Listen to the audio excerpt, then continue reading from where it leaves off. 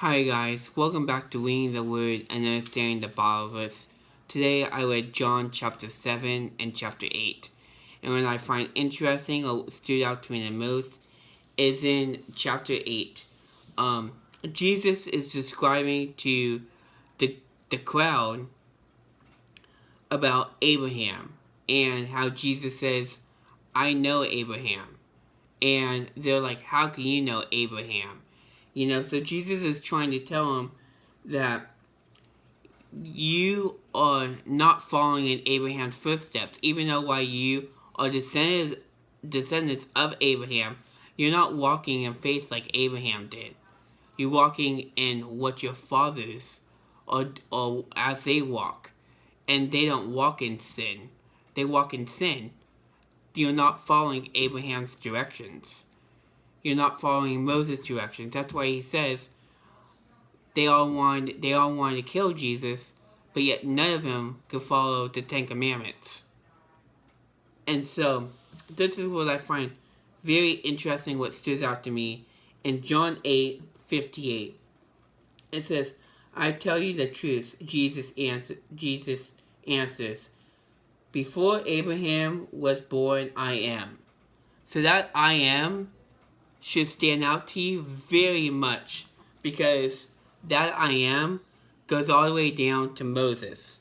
So when you go into Exodus 3, starting in verse 14, it says, this is God speaking to Moses. It says, God said to Moses, I am who I am.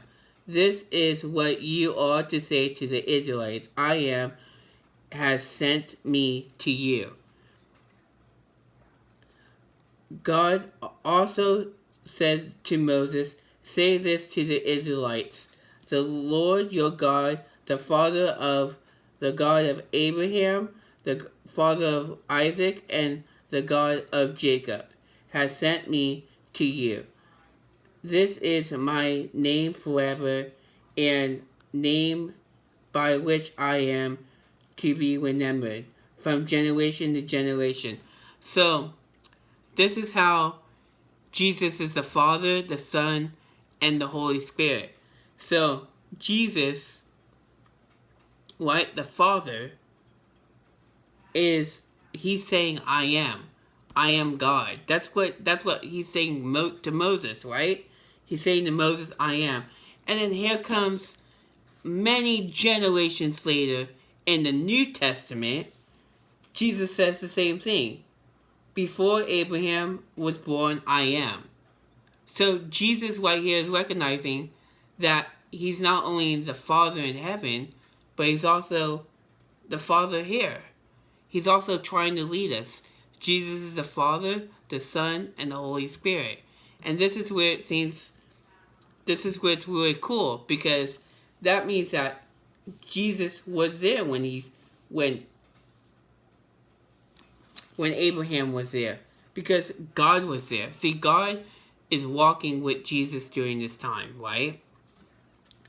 And God was walking with Moses, but also God was walking with Isaac. He was walking with Abraham. He was walking with Jacob.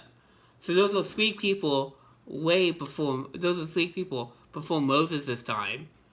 And here comes God saying those two words, I am. So what that means is that Jesus is speaking the truth, and they don't want to hear it. The reason why they didn't want to hear it is because their eyes and ears were closed. Even though I say seen Jesus do miracles and wonders and healing on the Sabbath when it wasn't supposed to be done. But all the miracles and wonders these people seen when Jesus was alive, they still didn't like it. They still couldn't have their ears to hear the truth and their eyes to see. Why?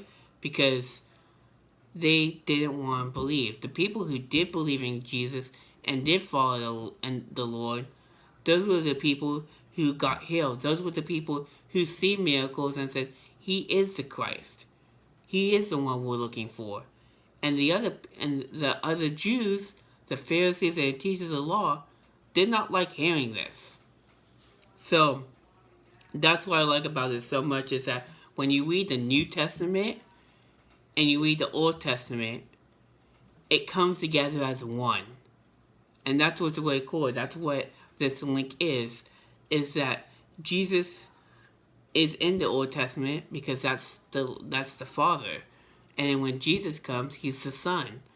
And he walks on this earth as 100% God and 100% man. And he doesn't sin. Jesus is the only person who doesn't sin on this planet. We all fall shortness of sin. You follow Christ, you can't be perfect, because only Jesus is perfect. But what you have to understand is that it's the truth that Jesus is trying to tell these people that I am that person who's seen Abraham.